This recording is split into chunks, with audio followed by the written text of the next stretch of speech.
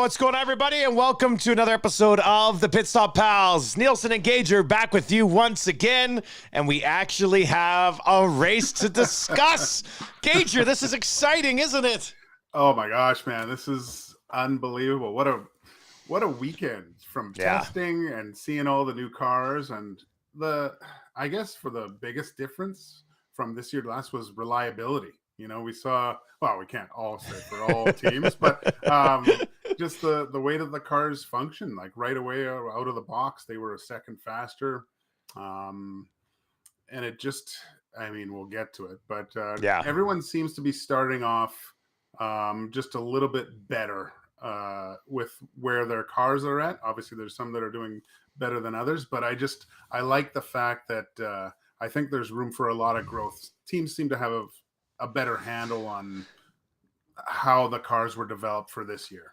What was qualifying? Like 1.1 seconds separating the entire field or something like that? Was it not like insanely close? 1.8 separated. 1.8. Okay. That's ridiculous compared to last year where you were seeing 2 seconds, you know, like over 2. Like this was crazy how close everyone is. So, I mean, qualifying, that's just going to take it to a whole nother level because there were subtle mistakes, even with some of the rookies, like that Logan Sargent had a pretty good weekend for a rookie. Finishing 12th. You'd be happy with that. Yeah. The whole Williams team moving up in the ranks there, which is great. I love it.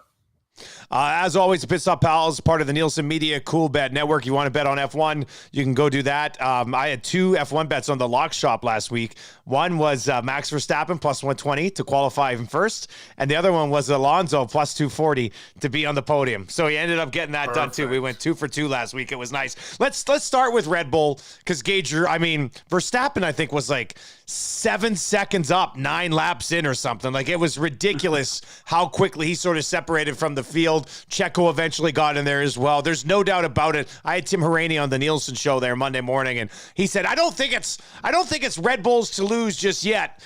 It's crazy because it's one race, but I kind of feel that way, right, Gager? After what they did last year to start this year better than they did last year, I'm very concerned for the rest of the field.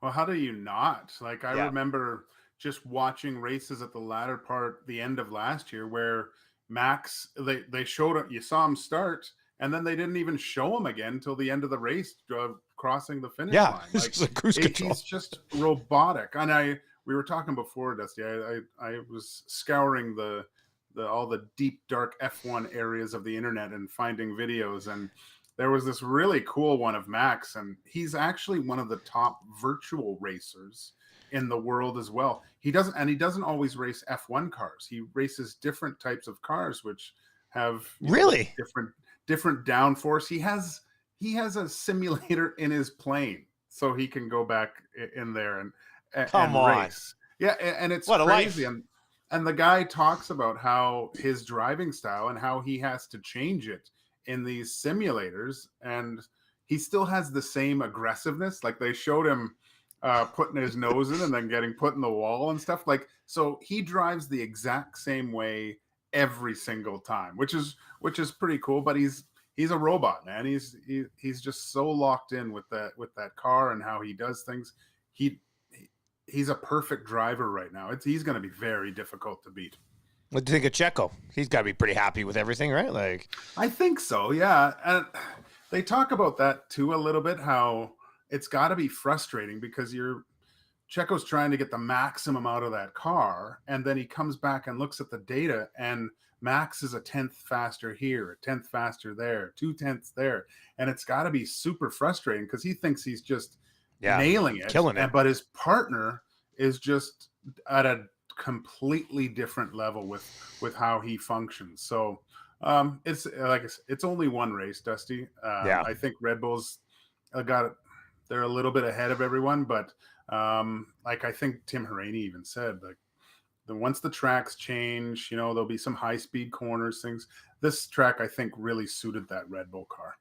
Except for last year when they totally fell apart and Ferrari ended up picking up the win last year. Speaking of simulators, I started my F1 season.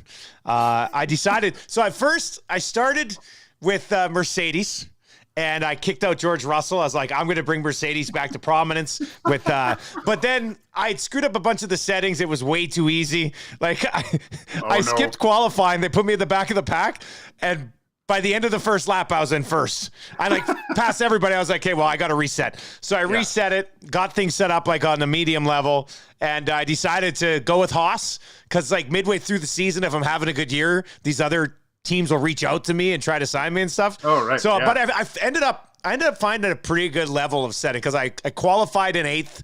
I finished 5th in the race, and it was a really good battle with Checo actually for 5th. So it was, I wanted to play. So Saturday night I sat down and did Bahrain leading into Bahrain. Like that's what I want to do, right? So it was great because then when I was watching the race on Sunday, I was like, oh yeah, this corner, I freaking hate this corner. If I brake improperly, I think Lance Stroll did it actually when they were warming up.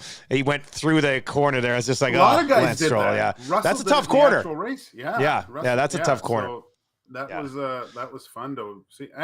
It's great to cheer for a Canadian, I think. Yeah, well, even I don't technically like them. I mean, I can cheer for the Canadian. That's the next story here, right? Aston Martin. We'd heard great things about them in test engager. People thought Alonso in this car, like maybe there's good season coming from them there. I think it's even bigger news that Lance Stroll ends up finishing 6th in that car, considering his hands are all banged up and stuff still. Yeah. If you're Ferrari and you're Mercedes right now, and we'll get to them in a second, you got to be very concerned about Aston Martin all of a sudden looking like the second fastest car on the track. Well, yeah, going in, they're all worried. Oh, have we done enough to get up to the Red Bull car? And now they got to worry about catching up to the Aston Martins and reliability and everything. And I remember last year with if you haven't watched Drive to Survive, there's a great part where it has Alonso going to Aston Martin, just the whole drama of everything. But I remember last year, Aston Martin was saying we wanted Alonso because he is very important in the design of the car. He has a lot of really good input that he can put in. And I think Mr. Stroll has put a ton of money into the good people to bring them in. And they've done a phenomenal job. And I was smiling, Dusty, those last 20 laps. And of course, I've watched Alonso's helmet cam like 3 times passing the Mercedes. Like it's what a move. Watch his helmet cam because it's great because it flips to the eye cam too, so you can see him check his mirrors and the amount of input he's putting into the steering wheel too. It's not just driving, right? He's adjusting the brake level going into certain turns, and it was different on another because he was trying to do something else. Like just a masterful job by him. And it was great to see him on the podium. Like, what is it? Over 10 years that he's been on the podium. And hopefully he can, I'd love to see him battling at the end of the year for a championship. That would be unbelievable. That would be a legendary story. I mean, you got Max Verstappen in his prime in this Red Bull car, coming off what he accomplished last year, like a record-setting year. But to have Alonso in Aston Martin, like if you were to dial it back 10 months and be like, here's what's going to happen next year. Fernando Alonso is going to be in Aston Martin, is going to challenge Red Bull for come on, that's ridiculous. But it would be a great story. Yeah, well, and they both have 2 world championships, right? Who's the first one to 3? That would be unbelievable. That would be good. All right, so that battle with Lewis was good. Overall, I think Lewis probably has to be pretty happy with his day. Gager made a couple of spots up right off the start. Really good first lap for Lewis Hamilton, and then kind of just settled in there. And I don't know what else he could have done against. Like, I feel like when it's all said and done, he probably got the max out of what you can expect from that car, don't you? Yeah, I think so. From what they were talking about, the tire degradation for Mercedes was not terrible, but not great. And that track was really quite coarse. So yeah, I thought there was a chance that he could grab Carlos by the end there, but he just didn't have the grip by the end on there. So that's good to see for Mercedes that they can last. But man, it's there's still a lot of work to do with that car. It just seemed like they were struggling the whole time. Like George at the beginning kind of, he was saying, "Oh, does Lewis have any? He's going a little slow. Is he managing? And he's struggling." And then George gets passed, and then really not a factor anymore. But again, it's only one race. The only thing that worries me is they're talking about scrapping their whole a whole car now. Like it's just they're done. Which why wouldn't you do that exactly in the winter then? This makes no sense.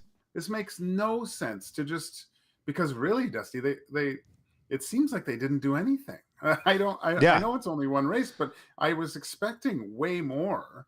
And when you look at other cars, you look at Aston Martin, how could they have done so much more work to get them into that upper echelon of cars compared to Mercedes that, finished the year, I would say, quite strong. Yeah, they did finish the year strong. That's fair. You're right. Something to build on at least, and then just to status. Maybe do you think that's why? Do you think that's why they stuck with that same design, Gager? Because they finished they didn't light it up, but Russell got the win. Like, they finished strong. At the end of the year, it looked like they were the second best team behind Red Bull after what happened with Ferrari. And we'll get to Ferrari in a second. But to come back again this year with that same side podless design, essentially, and then after 1 week total to be saying, well, we thought we'd run it back, but can't do it. And when I asked Ferrari today, I said, can they all of a sudden just throw some side pods on this car? And he said, well, technically they could, but you'd be wasting 2 months of the season trying to get it dialed in. Maybe they have a car sitting there just waiting. It boggles my mind that you came back in the same setup and all of a sudden already seem like, well, it's not going to be this car. It doesn't make sense to me. Something doesn't add up. No, I was really expecting them, because if we go back a year, Dusty, they did have side pods on, and then they took them off, and everyone went, "Oh my gosh, what is Mercedes doing?" And so it looked like they had figured something out, and maybe, I don't know, maybe there's something in testing that's showing that there is something there that they're trying to figure out. But man, that's a tough gamble not to really make any drastic changes with the season they had and the issues that they had with that car. So, I mean, we'll see in Jeddah. Like, it's a little bit different track. So, but man, if they scrap everything again, it seems like a waste of a season. Like, Lewis has got to be losing it. It just never made sense, considering all the champions they'd won in a row. Basically gets screwed of another championship 2 years ago with Max winning, and then you completely change the design of your car. I mean, I don't know how last year you wouldn't have said, okay, mulligan, let's get back to the car that we just won 6 consecutive championships or whatever it was, and get back on track. Instead, they ran it back the same way again. It seems like you're wasting 2 years as opposed to 1. So I don't know. That's weird to me. Hey, does George Russell creep you out at all? He creeps me out. He just, I don't know. It's a weird looking dude. Like, he looks like a vampire to me. He looks like he could be a vampire. I found him better on the Drive to Survive show with just what they did with him and how they portrayed him on camera. I found okay, he's normal dude, but I don't know, from the radio messages and what he says in interviews. Yeah, he's a little off. He's a little strange. He's a little strange, for sure. Yeah. Little strange. But, whatever. It's God. Do you think he can? Like, he started the year really well last year. Like, he was Mr. Consistent. Remember last year he was a steady diet of fives, top 5, like every single week. Yeah. But then Lewis started like winning some, and it kind of, I think, to put the pressure on him. That'll be a cool team dynamic to watch. If Lewis just keeps kind of, if like the flip flop, so he's got a car that he kind of can drive now and get himself into like good positions on the Saturday in quali and establishing himself in the race that way. But yeah, it's I think it's going to be tough for George this year, the sophomore slump. All right, let's get to Ferrari, because they start on the second row. They have a pretty good start, right? Like, Charles slips inside, Checo, all of a sudden, right off the first couple of laps, Crofty was saying, like, okay, now they're in it. Like, now they've, they can work with this now. It's 1, 2, 3, 4. And then eventually they lose Leclerc. Sainz ends up falling down to fourth. And overall, I mean, considering the way they started last year and then it fell apart, for the new team principal, Gager, you cannot be pleased with what just went down. No, and even I look at the first pit and you see Red Bull go both soft tires, right? Like they go soft, then hard. And then you're just going to the hard and hoping. It just seems like they got the strategy wrong already, Dusty. Charles gets the reliability issues, gets a DNF. Carlos struggles to the end. Man, it seems like they're mirroring what happened last year at the worst time of the year already. Like at least last year they were 1 and 2 and they had all this like whoa, where are we going? And it just in the body language and seeing everything and the hand wipes of the face on the pit wall. I'm just like, oh my gosh. Very early for that. Oh yeah. It's I mean it's early, right? But it's very early. Yeah. We're so used to it though. Like I don't know, in our pool, like I can't see who everyone picked, but I didn't pick any Ferrari guys, right? Like I just can't trust them. I think I did actually. I'm gonna have to dive into that and look. Although I had Alonso, I had Max, and I mean probably okay. So right now, I mean it's just one race though, so I don't want to dive into it too much. But if Red Bull's up here again, Gager, how would you power rank those next three right now? I know we could easily just base it off of what we just saw, but what's your gut telling you with these three teams? Well, obviously, Red Bull's the cream of the crop. It's they've got everything dialed in already. They had it dialed in from testing, like the way they were talking and stuff. They were trying to like hide their smiles of what. It's almost like they're cheating in the off season. I know, something's going on here. Horner's doing something. Yeah, for sure. You can't trust that freaking guy. Come on. Gosh, it's he's great on the show though. I love him, but he is good on the show. Yeah, when he tells Toto to change his fucking car. Yeah, that was so good. What a boss move. What a boss move. I can't believe those guys can just sit around and like have to do all this media together when there's clearly some animosity between them. I love it. It's the best. Well, and you know what? Just to say about Drive to Survive, the best thing was Max was back on there. I thought that was nice. Great. That was nice to see him. And it's good that he's not being a little bitch anymore after losing the year before. Like, you won. You're going to be on it. I get it. Yeah, he's probably going to be on it. But no, I think I would have it. I think I have to put the only thing I would switch. I go Red Bull, Aston Martin, just what they've shown, and I would have to go Mercedes, then Ferrari. Really, Dusty. Yeah. I think it's.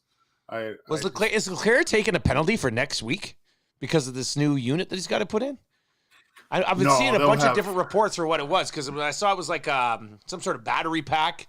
He did and maybe that can just be replaced right in there. So yeah, you won't take a penalty, but it might be you can only take 2 batteries, and then you have to start taking penalties. There's a different amount of penalties that you can take, but I just the other thing, the smile on my face was Alonso, obviously like finishing third, but then I just thought of Daniel Ricciardo sitting on a beach with Mattia Binotto somewhere and drinking daiquiris, laughing, watching this race, because obviously it's not the car. Because I mean, Lando did well, but that McLaren is a brick. I see them. They are going to finish 10th. I don't see it's that bad, you think, eh? Oh, yeah. Well, all the other cars, like teams showed some flash, right? Like there's at least something to talk about with them. Look at what Williams did. And even Haas at times. Like, no, you're right. Yeah. Like Hulkenberg was top. He finished in Q3, right? So, and I just don't see them doing anything. And Oscar, a lot of hype, a lot of pressure on this guy too, right? He's supposed to come in and, I don't want to say savior, but he was supposed to show something pretty special and start pushing Lando a little bit. Car broke down. We'll see, but I just that thing's a disaster. So it's kind of every nice single to know team, every single team had a driver represented in the top 11, except McLaren. Yeah. So yeah, exactly. So that's trouble. it's What else is on the board there, Gager? Should we talk about Albon didn't start properly, then didn't do the time penalty properly, got another one that was speeding. How many seconds is this guy taking penalties? Every time I was watching, it's like, oh, he's been penalized here. I kept watching it pop up. I'm like, how much trouble is this guy in? Well, and then the mistake with the mechanic touching the car and then having to reserve that penalty. And you could hear like the radio, Esteban, we have to come back in. We got to serve that penalty again. I just can't imagine here. He's like, what? Like just crazy. But pretty good car. Like you look what Gasly did. Like Gasly last. Unbelievable. 20 to 9, didn't he? Ninth. Yeah, he got back to ninth. So that's great for him. Hopefully, like they were battling in that mid pack last year, right? Like they finished, what was it, fourth last year? No, fifth last year. They were battling with McLaren last year. Yeah. So they finished fourth. They beat McLaren, didn't they? Right, they did. Yeah. They finished fourth. Yeah. So I'm looking forward to that because those are two good drivers. Unbelievable what Gasly was able to do. Outside of the Max runaway, buddy, it was a pretty eventful. Like, there's a lot of positive steps here for everybody outside of the fact that Verstappen and Checo look a lot faster. So, yeah, I mean, the story of the whole weekend, obviously, Alonso. I got onto the vote for my driver, Alonso, for sure. But there was a lot of other really good battles in the all over the track. Even Alfa Romeo looked really good too with Bottas. I can't wait to see a different track because this is, by all accounts, drivers don't love this track that much. Like they're familiar with it. They have testing on it, so it's a good one to start on. But I can't wait for the next few races, especially I'm looking forward to Australia actually, just with some high speed corners, I believe, and how it's going to work down there. Hopefully we see a little bit of a shift from who's. You're always going to see Red Bull, but maybe some of those lower end teams kind of move up and challenge a little bit more. I think that's going to be the most exciting thing. That should be fun. Off to a very nice start here. Episode 2 of the Pit Stop Pals. Thank you very much for downloading. If you got buddies who are into Formula One, make sure you tell them. You can track it down on all your podcasting platforms. And we'll be back here continuing with season coverage as we work our way towards the next Grand Prix. Cannot wait for that. Gager, lights out on the season, buddy. Here we go. Let's go.